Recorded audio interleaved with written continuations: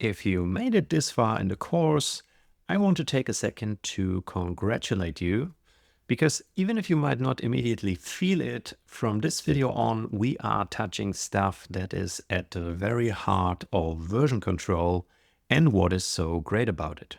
A lot of the stuff so far was about necessary technicalities like file statuses or tools like the diff tools. But now we will talk about how you can actually structure your projects to make them cleaner, more understandable, and maintainable. The first ingredient we need for that are branches. I will start with an important distinction. Branches are just a tool. In this video, we will only talk about how to technically use that tool. So, how can I use branches in Plastic? Branches are not a specific Plastic concept, however.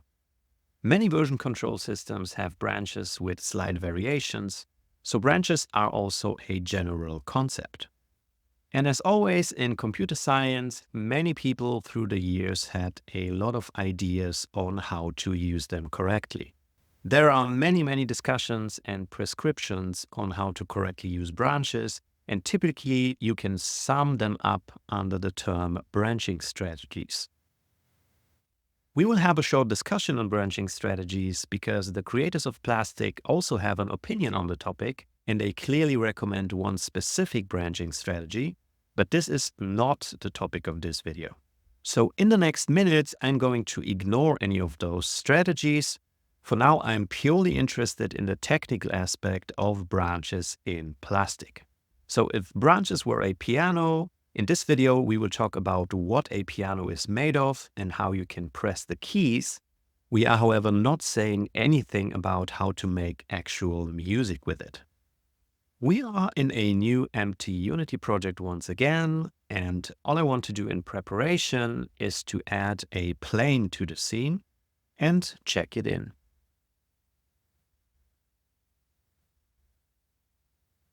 Now let's switch to Plastic and talk about branches.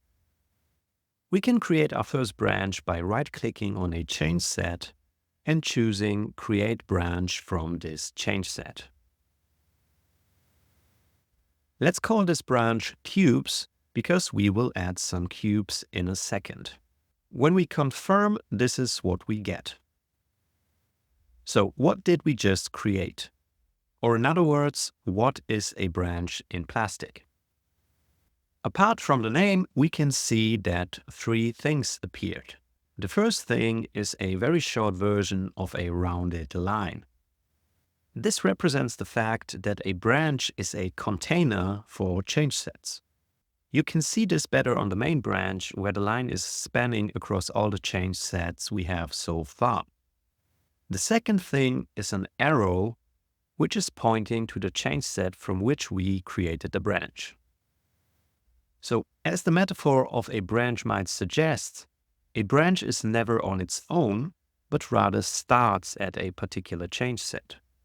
If you prefer, you might also say that it has a parent. The parent has the initial project state from which we want to branch off from. In our case, that's just the scene with the plane. And finally, the last piece is the house icon, which is telling us that our local workspace is currently set to this branch. Here you can see one important difference to Git, for example, because in Plastic you cannot just check out a change set, but also a branch. So to sum up, a branch is a container for change sets, which has a particular change set as its origin or parent.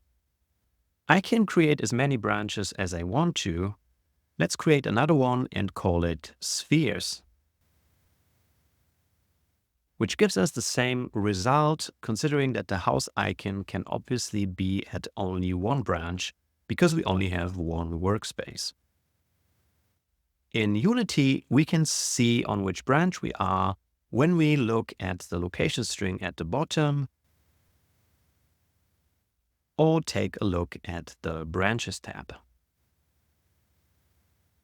Since I'm on the Spheres branch, let's start adding some spheres and create a couple of change sets.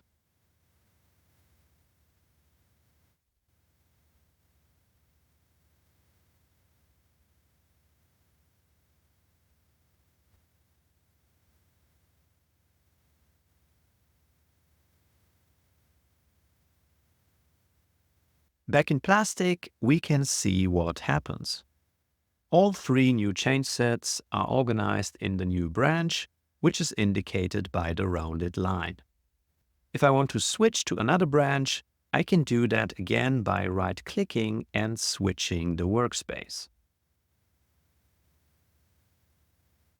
I hope that you are not surprised that when we go back to Unity, we don't have our spheres anymore, since they were only added to the other branch. This branch is called Cubes, so let's this time add cubes.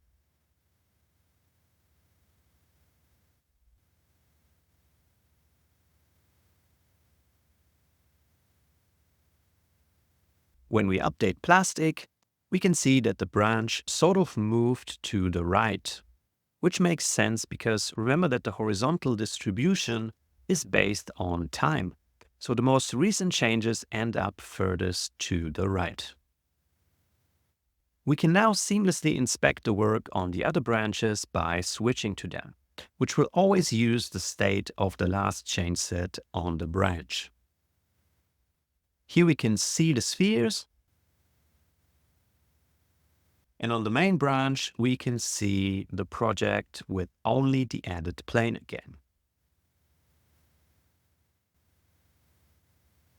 I hope you can start to see how this can be a useful tool in order to organize logical units of your project. Obviously, the main branch is not the only one that we can branch off from. We can just as easily use the cubes branch as origin for a new branch. Let's call this one red cubes. When we create the child branch, you can see that it automatically used the last change set as origin. And because of that, in Unity, we get the state where the cubes are already added. You can guess why we called the branch red cubes.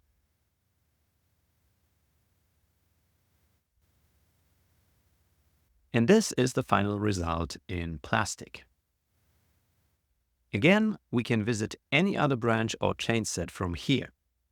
For example, at this point we added the second sphere, and that's what we can see in Unity. Obviously, what can be added can also be removed. So for example, maybe we decided to stay with the cubes and don't like the spheres anymore. In Plastic, we can choose the branch and choose to delete it. We said that a branch is a container, so deleting the container will also delete its contents. In this case, the 3 change sets. So Plastic warns us if we really know what we are doing, because our work on this branch will be lost in this case. What do you think will happen if I try to remove the cubes branch? Fortunately, Plastic is smart enough to not allow this, because it has a child which could not be recreated when we remove the parent. So if we really want to remove the cubes branch, we would first have to remove its child branch.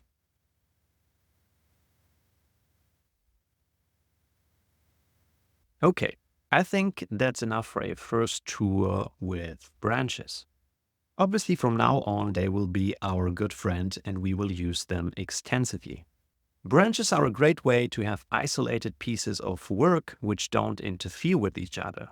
But at some point, we will need some of the work in our main project branch. For that, we need the next tool under our belt, which is called merging. Let's take a look at that in the next section.